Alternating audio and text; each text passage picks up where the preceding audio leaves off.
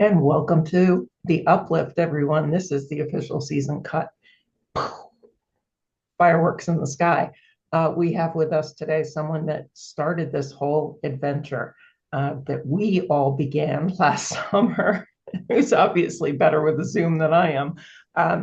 Todd M. Casey. He is the artist behind Who Remembers This? Cocktails, A Still Life. Now, you and I, as members of the Uplift, went on quite a journey with this book, wherein we would vote for our favorite cocktail that we wanted to consume on Friday. We'd follow the recipe, we'd open the book, we'd learn the history.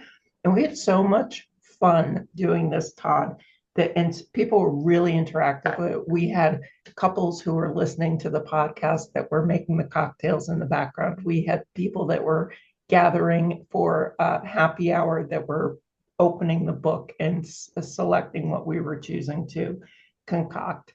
And I wanted to have you on because everyone was so curious about you. A lot of them already follow you on Instagram, and there will be in the comment section of this YouTube ways that you can follow Todd as well, and books that are available for purchase and from him directly or from other resources. But the uplift is something that I crafted. And I have to tell you, it was really based on opening this book that you had given me a long time ago. One day I was flipping through, and you know that I am a dirty martini enthusiast. I was rifling through the pages, and what caught me were the cocktail glasses you used to paint. And I said, oh my gosh, I never thought of changing the style of something that I put something in. It's such a simple difference, and it raises the elegance and the appreciation of it so much. And I started, home goods stock went up while I was dealing with your book because I started going and trying to find the replication of the glasses that you had outlined.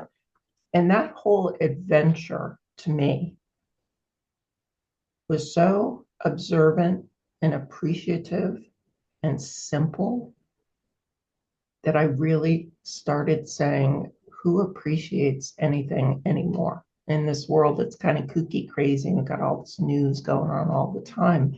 The simple things like pulling out your good china to have dinner on sometimes don't occur to us.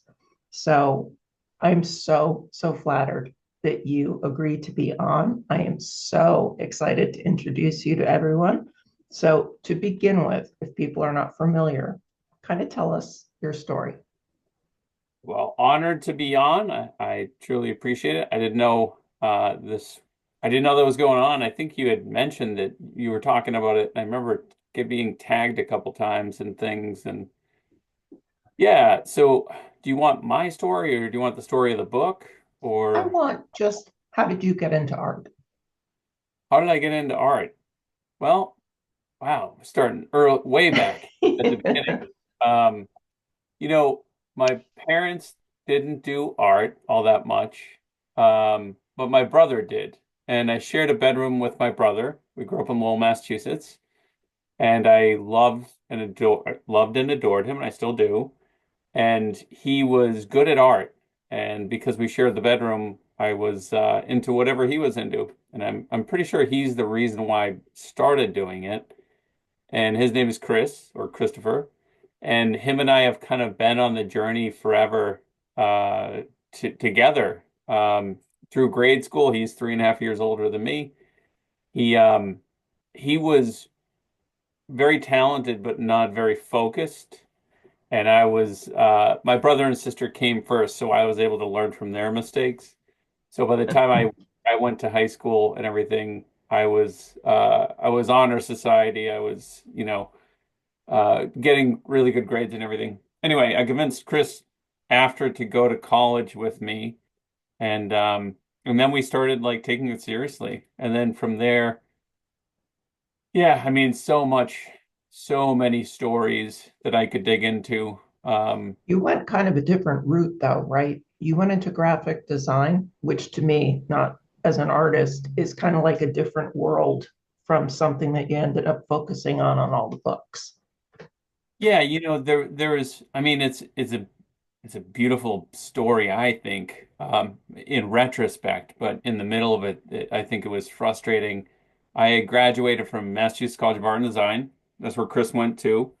Um, and then the kind of journey began, and I tried to give up art and see if it was pushed on me or if I wanted it. Because that's what happens when you're 18, 19. You're kind of asked what is it you want to do for the rest of your life, and nobody really knows, but you have to Mm, pick.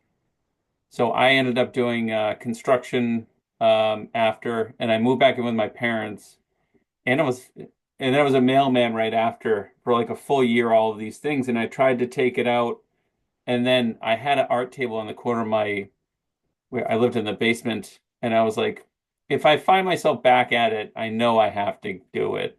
And I didn't, I kind of left the idea that art had to be a financial place, and instead it hit a different note in my life.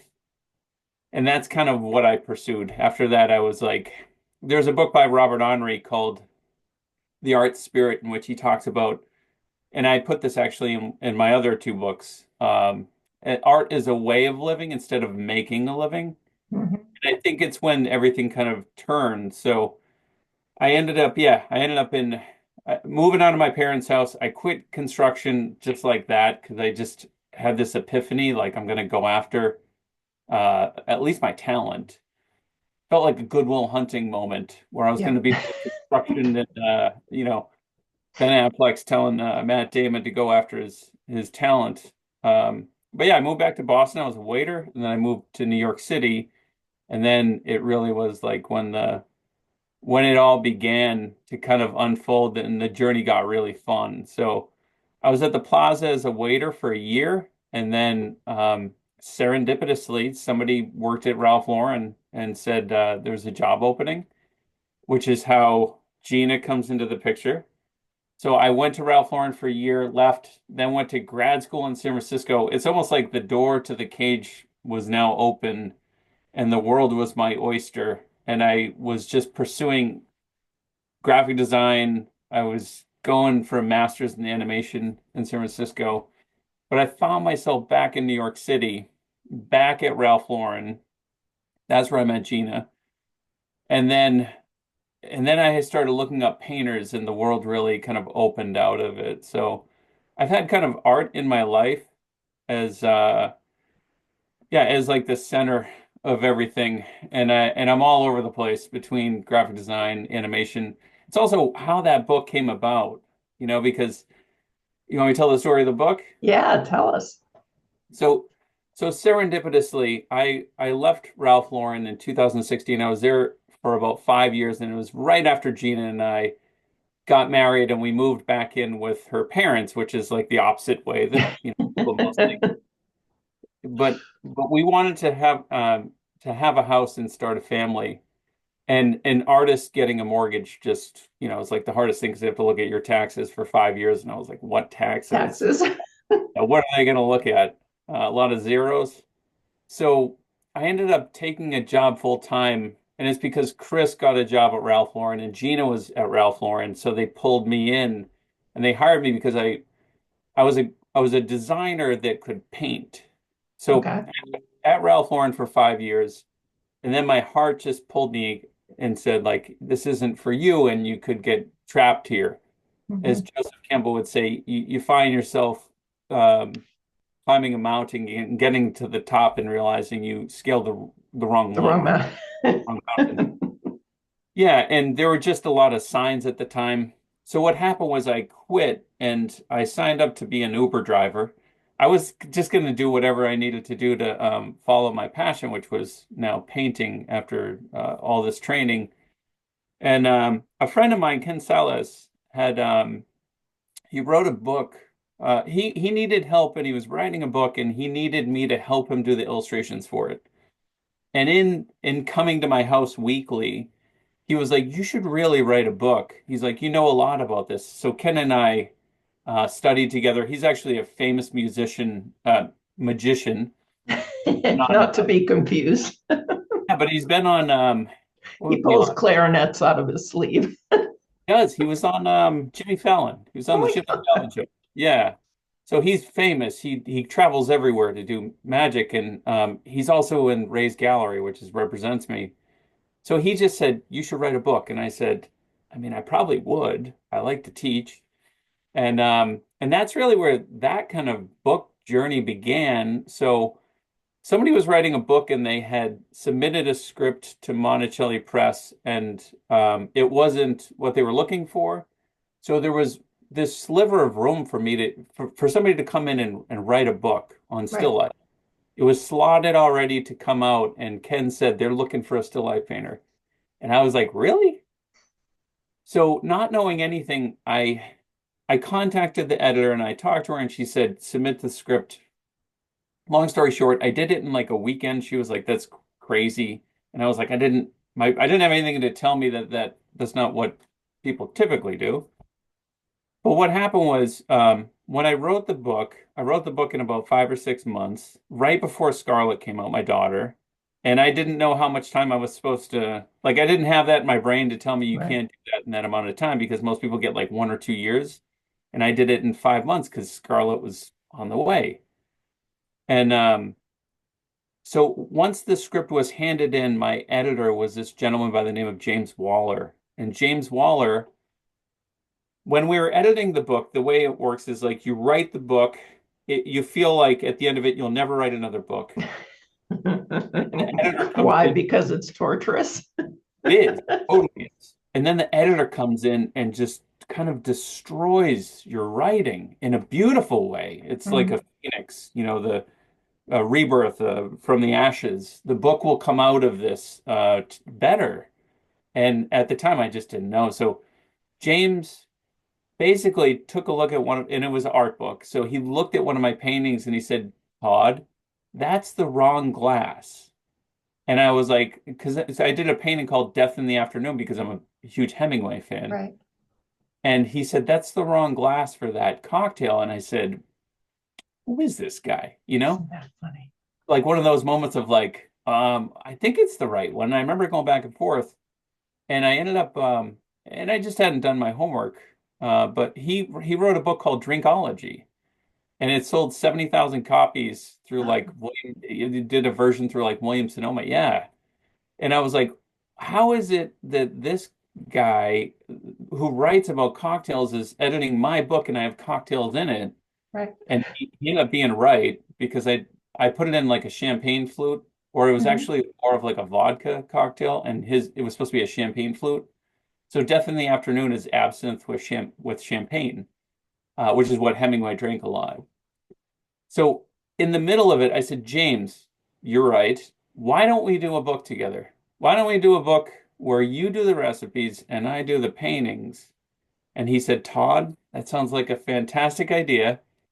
Well, let's finish editing this book first. And Huh. then when the book got finished editing, he had all these connections in the industry because he's known for being a cocktail writer. And we shopped the book and we got like a really nice offer. But James was also having a double lung transplant, so he brought in Wow. Christine Sismondo, and Christine's a cocktail writer in Canada. She's written like 3 or 4 books too, and they're both fantastic. They know all the history and all the stories and stuff. So I was able to just focus on the art, and weekly when I was writing, we were putting the book together. I would call Christine and we would go over a concept and kind of work it out together. We would talk about the cocktail glasses and the garnishes. Hmm.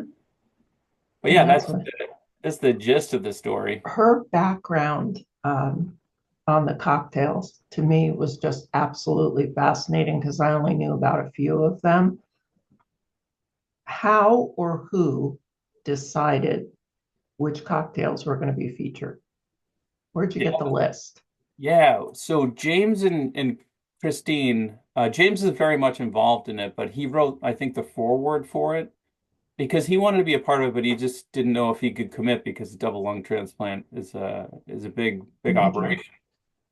But they were really, I was CC'd on everything, and then they would ask my opinion, and I'm like, guys, I don't have I think where you're going in the direction is fantastic. I'm thinking about it more visually, they're thinking about it as piecing together like stories. So I think we pieced it into four parts. Hmm. And then it went also, they wanted my feedback too because they wanted to see how I was going to put it together sequentially. So having got a degree as an illustrator, that's how we think, which is like it's almost like how a director would think about of the shot before and the shot Right. after and how this one sits in the middle between them. Storyboard Exactly. it. Exactly. Well, I got to tell you, my pages are a little sticky in the vodka section because that's my Yeah. preference, but I did pick up a couple recipes along the way. And I think what we focused on in the summer when we were doing the uplift and doing the cocktail selections, we would start with whatever we chose. And then we would talk about appreciation or observation. That to me, like this is such a drink, and I'm using that in a punish way, if you will, of drinking in the moment, drinking in appreciation of what you're doing in that moment, uh, the legend behind it, the story behind it made it rich, I think, for all of us, made it more meaningful. But this book to me was all about, right? Because, oh, can I get you a cocktail? You want a vodka and tonic? Ba, ba, ba, ba, ba. I'll throw it in a plastic cup. I'll throw it in this. Yeah. And to me, the presentation was like, there are so many things every single day that could be taken slower and more thoughtfully, uh, and mean so much more on the most simplistic level. Mhm. And that was the beauty of the way seeing this book started to echo in what I was talking about on the uplift. And people's response to the stemware, to the idea that you take out your good china, to all of those little things was very, very powerful. And it kind of led us on this journey that started as something that was seemingly, an Instagram fun kind of thing and turned it into a deeper experience. Yeah, that's wonderful to hear too. And that's kind of like what the art is for me, which is to kind of glorify. I mean, my job is I'm a teacher as well, and a lot of what we do as artists is we're visual poets. I mean, I'm essentially asking everybody to stop. Like, did you notice the flowers on the way in? Did you stop and smell them? But did you really stop to smell them? There's like this sense of like Eckhart Tolle in this where he's all about, we don't recognize that our we're breathing all day. Right. And the first thing that he does is kind of set you up to center yourself, very much like a Buddhist monk, where you're aware. It's Mm-hmm. thoughtfulness. It's going back into stopping to say like, what is the beautiful stemware? What is the correct garnish that should go on this? In a world full of, I think, you talked about on your the last episode, in a world full of these fast-paced things, which by the way, you were talking about Elizabeth Gilbert. Mm-hmm. You should read Big Magic if you haven't already, and if you haven't, I'll let you borrow it. Um, but in this world of like fast-paced, the analogy was that somebody was on a bus, um, to slow it down and really Mm-hmm. get out of your head. The head is really, in Buddhism, they talk about it being like the thing that is where the world that we create is. And we can create something else if we slow it down. And I think that's part of it is to take and think about it almost like a theater performance. And theater performance is taking something and forcing you to sit in front of it and watch it. Mm-hmm. And that's the way in which I compose the still life. So I have a thing called a shadow box, which is physically like a little stage. There's so much overlaps between your family's love for theater Right. and and what I do, because I'm kind of like a photographer that just takes the shot, but you see on the peripheral that, there's a curtain and there's something behind it. But that's really what I'm doing and I write about it in the art of still life. The way in which I put a still life together is to really consider that there's an audience, that there's lighting, that there, I want this to be the star of it. It's in the spotlight. It has the highest contrast, and then to push the peripheral. So I always use the Phantom of the Opera. If Christine is singing and the Phantom is in the light, then it's like you're going to look at the Phantom. Right. So instead, you can kind of rearrange the order of things and put the focus. So it's wonderful to hear that that's what you're doing is to slow it down. And that's actually part of what Christine would do. So we would get together, we would have a little chat for about an hour, and I would just listen because she's just a wealth of knowledge. And the next step was like, how the heck am I going to get that stemware? I've never even heard of some of this stuff. And the first light bulb in my head was Paula, uh, and her mom, who had everything that I needed. Serendipitously, I'm like, how do I have that in my backyard? So I would usually email Paula and be like, what do you have for stemware? And then she would send over pictures. So she was kind of back in the back of it, you know, part of it. What I think is interesting from an outside perspective, the very few times I've been in your workspace, in your studio, and have seen the box or have seen something that you're focused on painting, there's an, and you probably, maybe you're immune to it or maybe you're not, but for an outsider, there's an immediate silence, Mhm. right? When I walk into your space and I see something that you're about to focus on, there's like this saying time stops is a little overly dramatic, but to your point about the focus, about this is where the light is, this is what you're paying attention to. And part of what we talk about on the uplift too is not just appreciating the external or slowing it down, but also like honoring self, right? Mhm. Mhm. Because taking the good stemware out for your Monday night cocktail at 5 o'clock may not be the go-to for most of us. Um, the wearing the beautiful top that you've been saving for that special occasion that has been 3 years since it's ever come, treating yourself, honoring yourself, taking that step Mhm. to raise the level. Because I often uh, kind of make the joke, my mother decorated her house for a life she never lived. Everything was as if her expectancy of someone arriving at the door was imminent, right? She had the champagne in the ice bucket, right? Just with a lovely napkin coming out. It was like a movie set. And that was the thing that always bothered me because there was this, the stage was set, but no one showed up. Mhm. And because I interpreted it that way, there was a sadness about that for me. And Mhm. I started saying, you know what? I'm going to decorate for it and I'm going to live it. And Mhm. that was the difference between us. But I think that honoring yourself, leveling it up for your own existence, Mhm. not for anybody else's, is something we don't practice, is something we don't do. Mhm. And it makes a difference when you put it into play. It makes a difference when you wait until your hair is just right. It makes a difference when you wear that top. It makes a difference, when you take out that thing that you've always treasured for that special occasion Mhm. and you bring it into the heartbeat of your everyday life.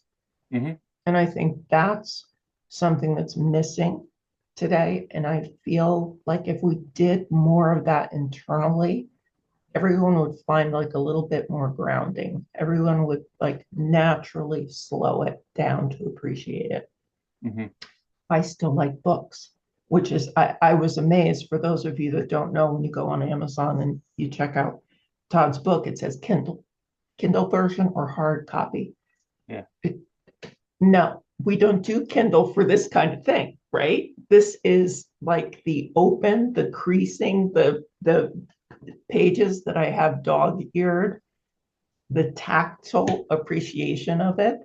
Um, I just I'm going forward with this into 2025 with what I want to be a deeper appreciation and those moments of kind of connection with people that are meaningful, even though they're very quiet and unsuspecting. I talk about smiling at somebody at the height of COVID.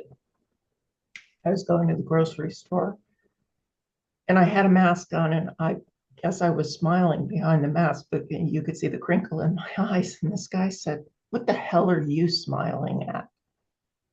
And that story always struck me because it was like, that's the genuineness that I think we're searching for today. There's enough of "what the hell are you smiling at" out in the world. There's very little, it's very spotty when we get that moment to appreciate or to recognize or be cognizant that everybody else has their stuff going on and you never know what it is. Mhm. But you should go forward with something else, with Mhm. some other approach, because that's the way that things are going to change. Mhm. Do you find, I'm interested, curious to know, because I never asked you, but I always wondered, how has your viewpoint as an artist weighed in on the kind of dad you are? Hmm. That's a good, great question. I think I even wrote in the book that I wanted Scarlett to see the way in which I put art in kind of everything I do. I think you do too, by the way. Every time I go to your house, I'm like inspired. But the thing is that you can look for those positive things everywhere you go, and sometimes it's like the mind frame, we'll start out in a bad mood, but it's like let's not let the mind take over. And I see a lot of Scarlett in me. It's sometimes a reflection. I mean, I'm sure you see the same with your kids as well. Mm-hmm. And that's also the same reflection I have as a teacher. I have to say, don't do these things, and then I'm like, those are the things I need to be telling myself. And then it keeps me honest in a beautiful way. And it's the same thing that like there's a understanding of where her frustration level is and how we've probably handed some of it to her. And then there's nature and nurture. But then also, she has two art parents. I mean, I don't think that she's in an art family. Theater, your house is, again, the most beautifully decorated house I've ever seen. Thank you. It just trickles all around. Your mom influence my still life paintings. Some of her props are in them. When we have stuff in the house, we had that turkey for Thanksgiving. I said, "Where do we get this thing?" And it's kind of goofy, but it's beautiful, and it sheds light on things as well, and those things. So Scarlett has a wonderful um, personality, which is goofy, but also, Mhm. you know, I think it's a wonderful thing. So, you know, I think it's just a constant watching over as a dad uh, to see how we influence people in a positive way, you know. Do you find yourself actively teaching her observation? I do, yeah. So like when the sun sets, it's something that I'll stop and see. It's something that I think the thing that I have to try to teach as well, because a lot of the times, like there's a whole John Cleese thing. John Cleese was the one who wrote Monty Python. He's like the Mhm. one of the funniest people of the last 100 years. Hilarious. And he talks about creativity and how it's a mode that you put yourself in. You're not born with being creative or not. I mean, everybody is creative. But he's like, most people go to work and they're in a closed mode. They're trying to get from point A to point B. And every single day of my life and everything that I do, am in an open mode, Right. mostly in an open mode. And then will switch to a closed mode when I have to get something done, which is just, as Cleese says, a mood that you can put yourself in. So Scarlett and I are always drawing, you know, we were drawing already today a lot. We made plans to make things. She's got a very active imagination. At the same time, I have to let that the art spirit has to be in flight. I can't put shackles on it Right. yet. It's not my job to put shackles on it. If she asks me what I do, I will do it. I will help her, but at the same time, as a teacher, I don't want to do that to people. A lot of people want me to put a set of rules on them, and I say I can't. I Right. can tell you the pros and the cons, but the job is yours to take this and go where you want with it. And it's the same thing I do with her, which is just to stop and appreciate the flowers or notice the thing. And that's really, um, I think that's something even as a teacher, I'm always saying like, did you see that thing this morning? And if they didn't, then now they maybe have the awareness to stop and see it next time. You do that at a young age, and I think that's, I mean, she's going to grow up thinking this way in a beautiful way. Hopefully, that's a beautiful Yeah, thing. I always kind of observe you and Gina with her, and the creative aspect always made me curious. Like, are you pointing it out? Are you massaging it? Does she lean into it naturally because that's just your life every day? Being exposed to that kind of thing, I think, is really unique, first of all, for a child, um, but very impactful at the same time because it starts you right off the launch pad into Mhm. a place that's very grounded and observant and appreciative of the small details and learning about light, right? Learning about light. Oh, Oh my totally. God. Yeah. Yeah, it's visual poetry. I mean, I mean, in my opinion, that's one of the jobs as the artist. Um, but yeah, it's just to get her to stop and slow down and play and do all those things because I don't think people do them. Once society and in a good way as well, kind of shapes you. I think Kerouac said, or Bukowski said it. Who were you before the world told you who you are? Uh, Yeah, who you were. And Picasso said things like that too. How do you get back to a child? That's one play. Nietzsche talked about it in the three transformations of the soul, in which he says the first one is to be a camel, which is just to be obedient, and then you're a lion because you think you can conquer the world, and then the third in those acts is a child to get back to it. So it's beautiful to have a child in my life now to kind of see it because I was 20 and 30 and thinking I'd conquer the world, and now you kind of slow down. And then at the same time, you know, we have to make way for the next generation in the same sense, and that's my daughter, but also to train and help them and nurture them, but also not to shackle them. You know, it's a tough one. It's a tough balance. You did it wonderfully with your two kids what's the biggest thing you see in students? What's the biggest blockade they have to get over when they themselves. come themselves? So, yeah, a lot of the time there's just and again it's the retraining of the brain and I think in a culture dominated by um the visual the perception. I think that's not helping children right now.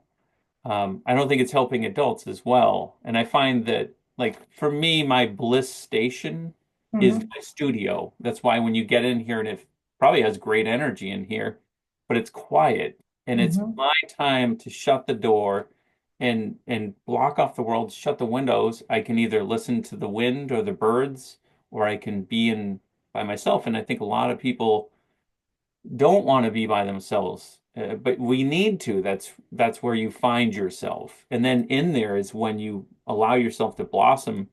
I think it was Van Gogh that said, "Conformity is a paved road, but no flowers grow on it." You know, yeah, Ain't that the truth? yeah, so I'm off on my path now, which took me a long time to find me. And now when I'm in it, I am nurturing the art spirit and allowing it to come out. Again, that's something that Scarlett sees.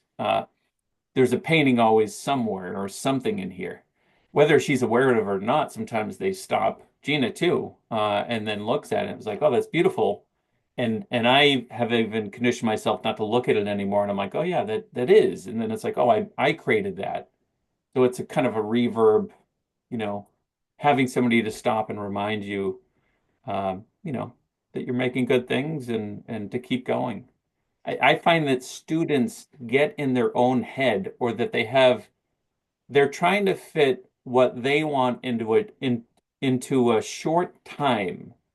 But for this to find yourself is the time that you need, not the time that it took me. And that's something that's not quantifiable. I can't say that somebody will get good at painting in a week or 2 weeks or 3 weeks.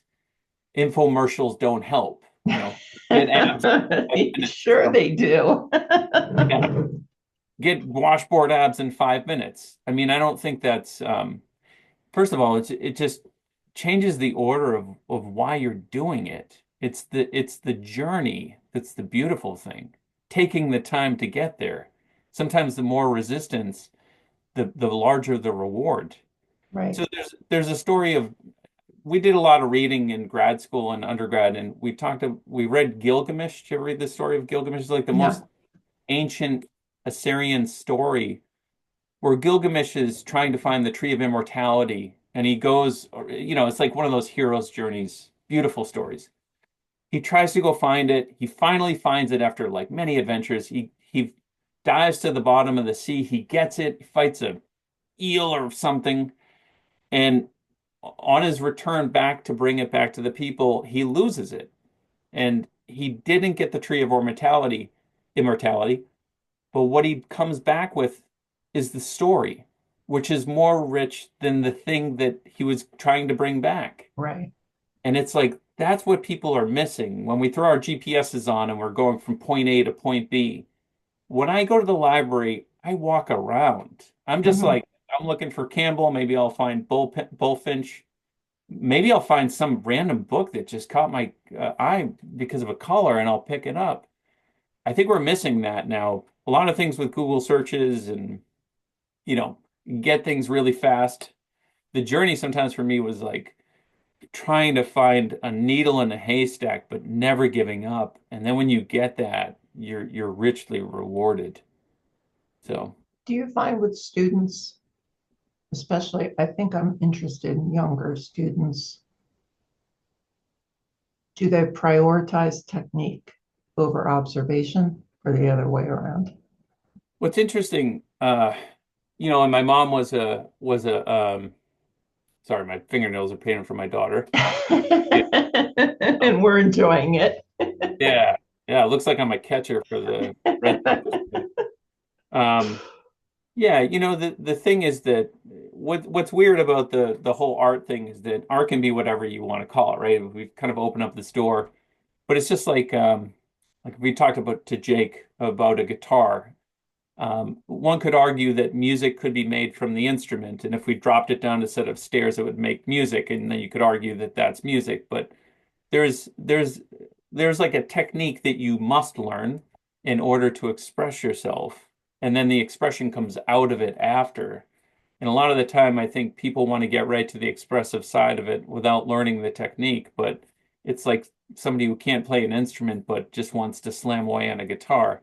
It takes a lot of time to master it. I've had many in-depth conversations with Jake about this as well, which is just once you're in it and you don't have to think about the technique, it's kind of like driving a standard. Like when I drive a standard, I'm like, I don't even know how did I go up all the way through five and now I'm back into first gear and I don't like I'm part of the car, you know? Right, right. That's what painting is for me. So when people are saying, "What are you doing?" I'm like, I don't even know. I'm like more in the thought process of what I'm creating rather than the technical side of how do you make something do something, you know? And I think that we're missing that sometimes because they go right to express yourself and they forgot that you must learn out the alphabet and how to write sentences before you're going to write a book. So is that where you start on the pathway to learning with them? The fundamentals, which is really the language, it's the alphabet, it's all the fundamentals of things. And then from there, you're going to build the language out of it, but you can express yourself. if you don't know, what to lose. Right. I'm riffing, uh, music analogy, right? I'm Hmm. riffing because I have this training that centers me, and now that I'm the blue jay flying off the path into the forest, and I'm following it, but I center myself back into technique. It, I find it to be beautiful that way. it's interesting because a couple minutes ago you made a comment about kind of like the pathway, and you made it seem like yours was really long. From an outside observation, I would say I think the opposite of you. I look at, relatively speaking, the short time that we've been together and the huge arc, right? Because I met you, Ralph Lauren, the painting was not where it was today. Yeah. Books were not published yet. Galleries were not showing your stuff.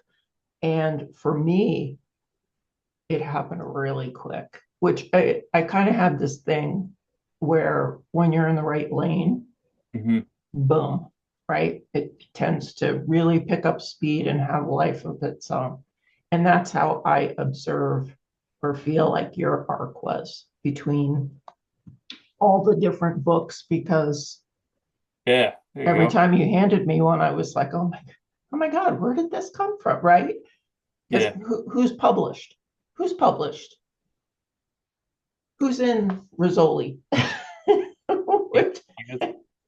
Yeah. And May and I were there, and we were looking at Art of Still Life. We were looking at this book, and we were looking for the cocktail book because they had this round table of all cocktail books. We were like, okay, wait a minute, we got to talk to the manager and say, where's this guy's cocktail book?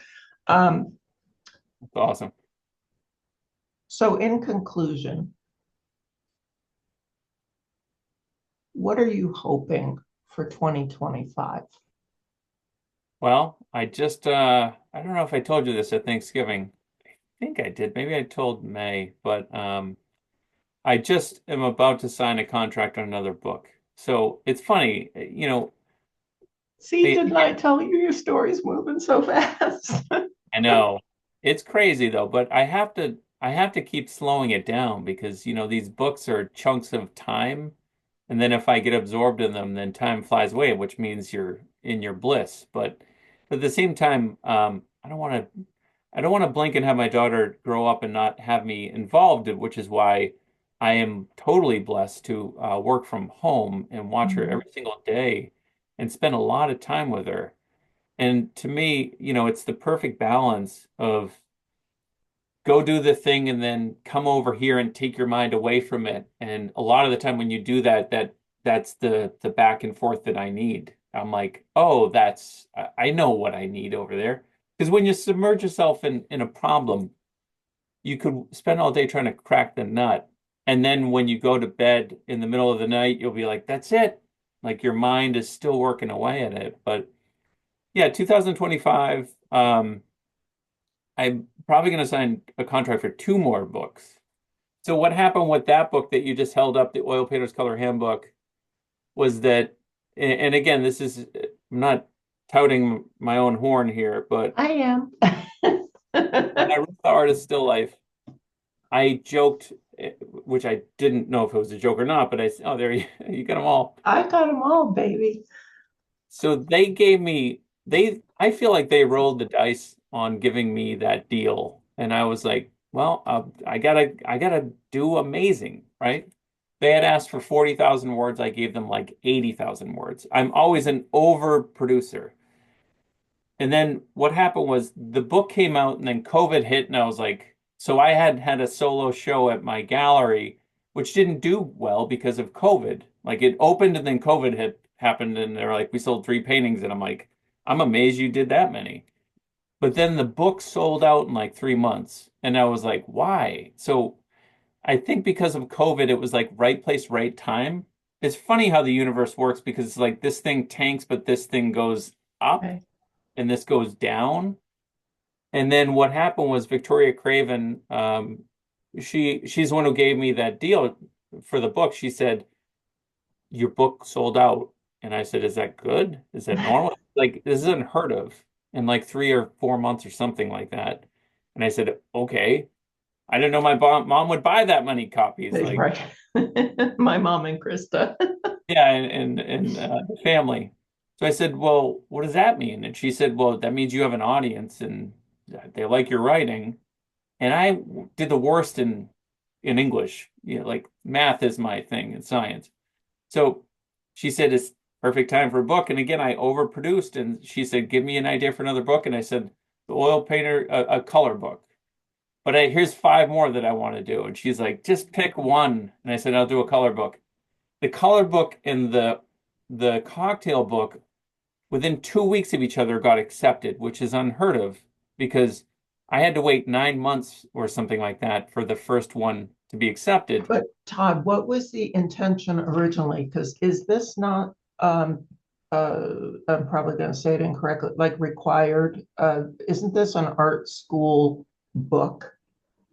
That book was motivated because I it was like what Gandhi says, be the change you want to see, right? Right. And I was like, when somebody said, what still life book can you recommend? Because I was already teaching it, and I said, I can't recommend one. And instead of like being cynical, I'm like, I'll write it. I'll write the one that I want everybody to have, right? And do And colleges use this? I think some schools use it. My mom's always telling me to go and see if I can get in the educational side. It's in like the fifth or sixth printing now. Yeah, no, I know that. That's why I was asking because it's really stunning. And I was under the impression that there were college classes that were recommending that they use this. I think some are. Yeah, I'm amazed. Again, I'm amazed that I'm even here talking about it, having written a book and anyone buying it. But What's your next one? What's your 2025 going to focus on? so there's going to be another color book coming out and then another still life book. So the first one is going to be a workbook on color. So there's a big kind of demand, and the color book actually has done better than the still life book. So a bigger market, and a lot of people love to play with color. So I want to take that desire and then now give them lessons that will be able to apply for painting. So you don't just like mix color and not have a people like to do that. They just like to play. But if we can play and create little things that'll help the other side of it, I think it's a beautiful back and forth. I always say that painting is some play between the head and the heart, left brain, right brain, and to allow them to go off on their own little tangents, but to recenter themselves and make sure that they have a reason for doing it, which is key, I think. And then the other one would be a follow-up to the Still Life book, but then I have five other books that, I pitched them in their Monticelli's now under Phaidon, which is one of the largest distributors in the world. And I was like, well, I'm just going to shoot it from the hip here. And I went in with the presentation. She was kind of blown away. And she was like, yeah, keep them coming. You're one of our best-selling authors. And I was like, it's weird to hear. Never set out to be one, but And sometimes you follow your bliss and doors open where for others there were walls. I think I that's what you're. know, yeah, no, absolutely. To me, just, and I'm allowed to plug it because I love it. But to me, this is like you want to give someone a gift that means something, give them something beautiful that's practical and they can change their life with it too. Like to me, this with a couple of lovely pieces of stemware and a bookmark with the recipe of your choice, that's how I intend to use this book. If you know someone who's artistic and wants to get to the next level or just get out of the box, I'm putting links to Todd's books. This is, of course, The Art of Still Life that we spoke of and he referred to, and this handbook, which I'm not even a painter, but I love color. Okay. I love learning about color.